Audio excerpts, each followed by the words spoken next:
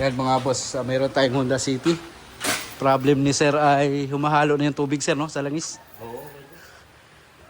Yan, tapos pag mainit, hard start na rin siya. Papakita natin mga boss kung ano, Napunasan ko na kasi. napunasan na yan. Pero makikita nyo yung moist ng tubig. Galing pang Manila si sir na ito.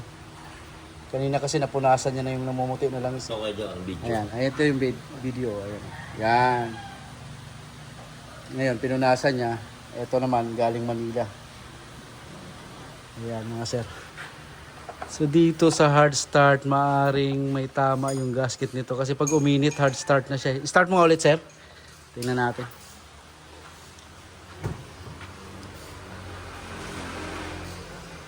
Yan, kapapatay pa lang nito eh. Yun. Parang nagbabackfire sir, no? Oo. Isa pa nga. Oh? Yeah. Kailangan lagi tulungan sa gas? Parang naging carburetor na ako ito. Ayun. Maandar naman pagkakuan. Kanina pa ako sa gas.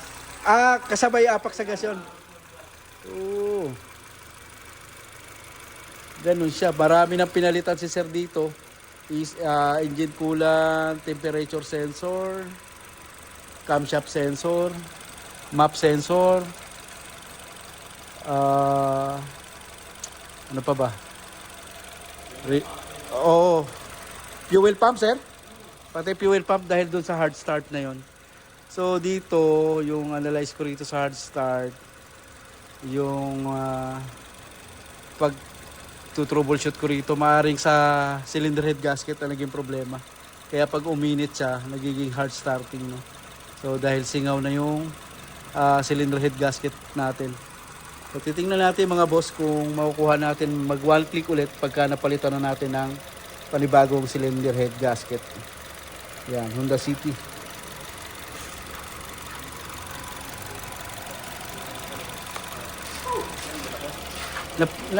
Sir, napanood mo ba yung viral na ano? Na overheat na adventure? Ang dami, kwento. May napanood ako dati, Judge. Hindi. Meron kasi nag-comment doon sa mga nagtatanong doon sa page ko na yung viral ngayon na buy and sell Ay, oo. na kay Boy AC na Binura niya, boss? ha? Pero dami na share eh. Binura niya.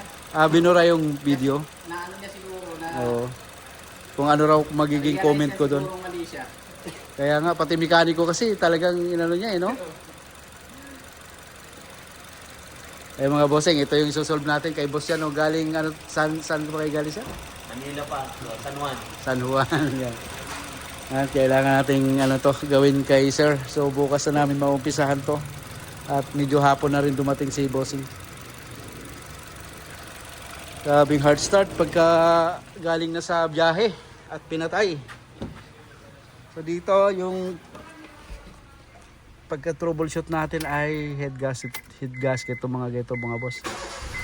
Ayan, pag naka-under na siya, one click. Pero pagka pinatay mo at pinahinga mo ng konti, ayun, pagka galing siya sa under, so one click siya, no.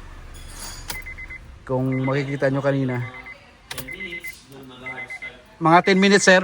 Oo, 10 to 15. Kaya na pag binalaan ko rin, pati yung pump nito. Yung pump nito sir, ginamitan ninyo ng fuel pressure yan. Fuel regulator. Oo. Doon na rin kwento. Dami na rin palang pinalit. Tingnan natin sir kung mapiperfect natin ha. Kaya ko yung kwento. Kaya. Hindi ka naman yata nagmamadali sir eh. Hindi naman. Hindi naman. Ayun, may ginagawa ulit tayo na ano, timing belt ng Ford Escape 1.6 EcoBoost. So, ito yung timing belt na gagamitin natin. Ayan, Ford. Original. Ayan. Pabukas nga yun. Ito. Tapos, stationer. Bagong stationer bearing.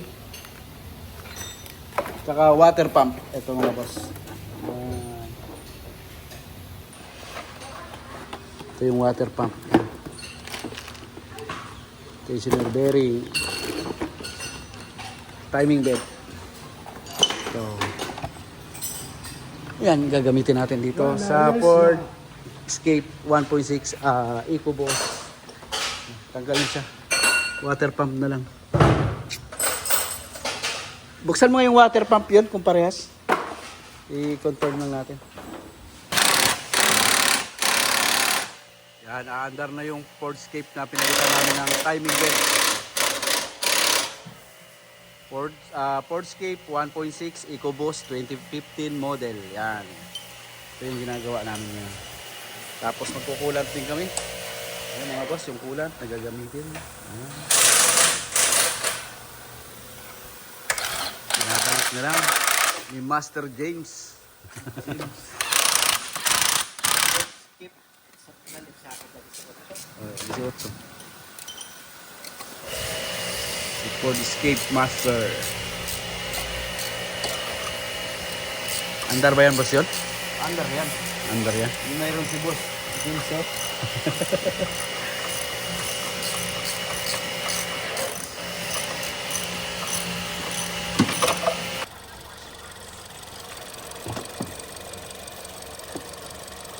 Andar na.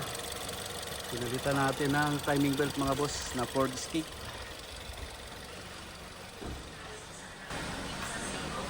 Dito tayo.